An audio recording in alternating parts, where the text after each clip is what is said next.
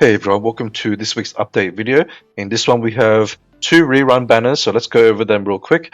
First one is Mo, who is a core guard unit for the Hlock teams, and let's just quickly go over her skills. Now she has been run before and she's not limited, and therefore you don't have to rush to get her. You can always get her in the custom banner if you want to, but if you want an easier chance to get her, you can get her in this banner. So she has an attack panel like this, like a sort of like a cone shape. She gains armor, and she can be built as an armor tank quite easily. So you run like double armor cores, or you could run double HP cores as well. Up to you. Depends on how you want to run her. She has a silence, which has been useful for one Crusade raid boss actually, but that was quite a while ago, and it's not like a common thing. So for that reason, she's mostly a PvP unit. And yeah, so she has that, and then she also has immunity to debuffs, but also she cannot receive buffs. This makes her a good charm target, right? So you can block charms using Mo if you want to, and I guess certain debuffers you can get her to like block that as well. But it's not that many that is used in PvP, I would say. Not getting buffs is not too big of a deal, since you could just run her on max armor most likely. She'll just like either she'll die to something that does fixed damage, or she can just sit there tanking like everything else. Then she also has immunity to taunt. That makes it so that they can't just block this with a taunt and like place it in the corner basically. So she'll always do this to like whatever she's targeting. And then she also buffs all your guard units with armor and attack. So quite useful, especially for units like Fafnir that benefit from both of these abilities. But in general, very good support unit for guard teams. And then she also can blind on her EX. The blind, it basically reduces the attack range. So it basically like nullifies AoE abilities, right? So a very good unit for that as well. Obviously, very PvP centric character, but I have used her in Moonabis. That's like the only PvE area that I would actually use her in. And she's pretty decent for that as well. So she has like a couple of purposes, but I would say primarily a PvP unit. Now, if you want to use it in PvP, you do want at least a few skill ups for her so that you can unlock like these boosts. And ideally, she wants to be max rank if you can. So pretty heavy investment unit. I would say she's still usable at low ranks, but obviously, ideally, it's ideal to have her with at least a few skill ups.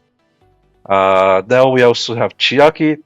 Chiaki is a rerun and she is a limiter unit. So if you're collecting limiter units, of course you want to pick her up now if you've missed out on her before.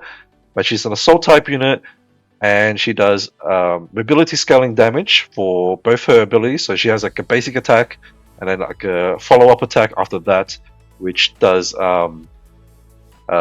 fixed damage. Where is it here? So it does fixed damage, which scales off both attack and mobility.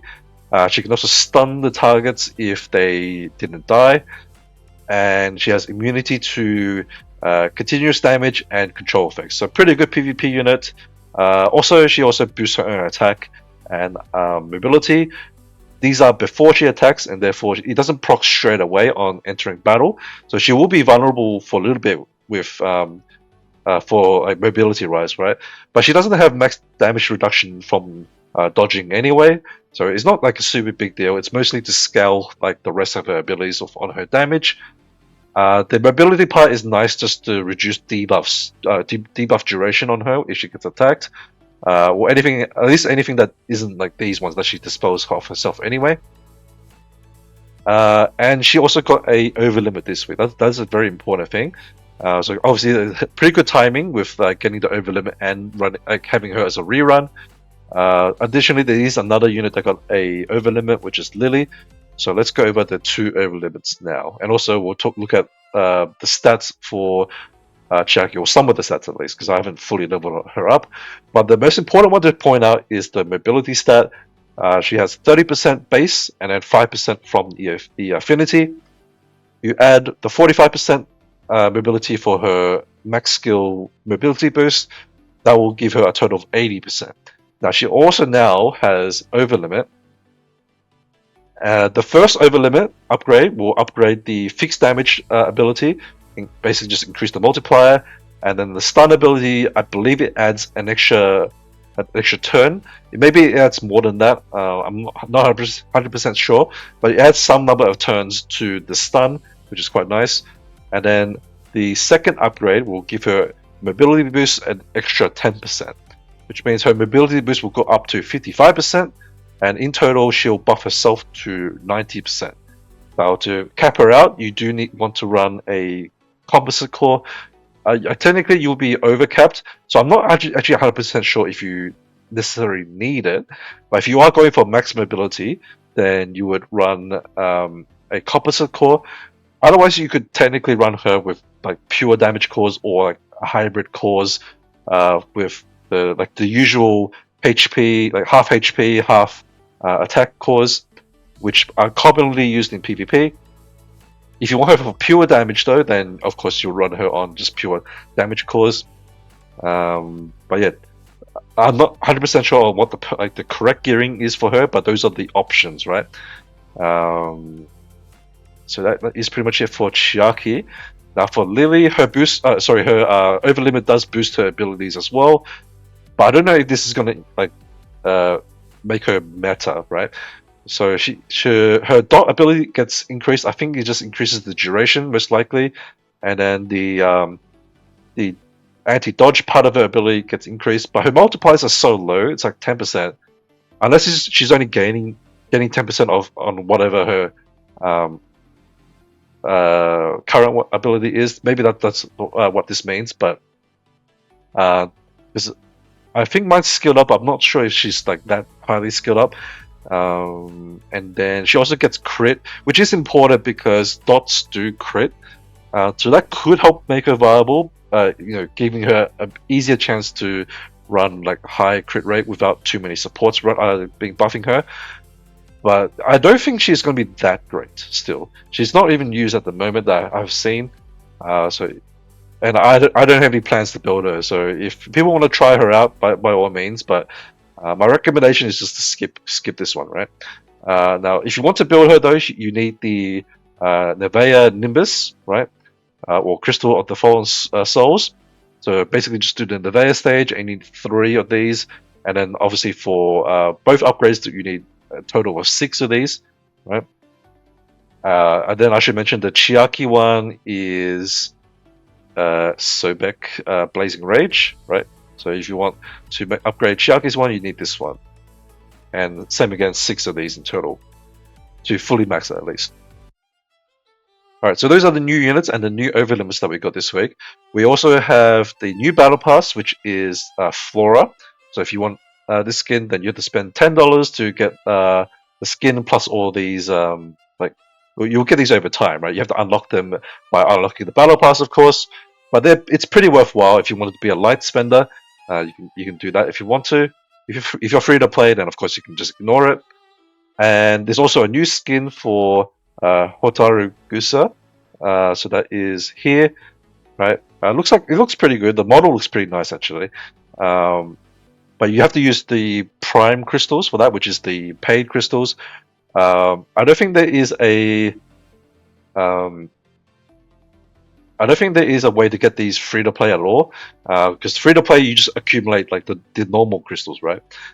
So the paid crystals, you can convert them into like these gems, but you can't convert them back, obviously, to the prime crystals. So you have to buy them from here, or you can buy the time limit packages if you want. I think. Maybe it's not this one.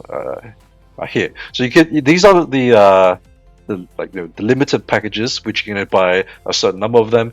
You can get them from here if you want to, which also gives you some of the normal crystals. That one's like fairly efficient, I think. It might be better than the prime crystal one, which I've never bought this one.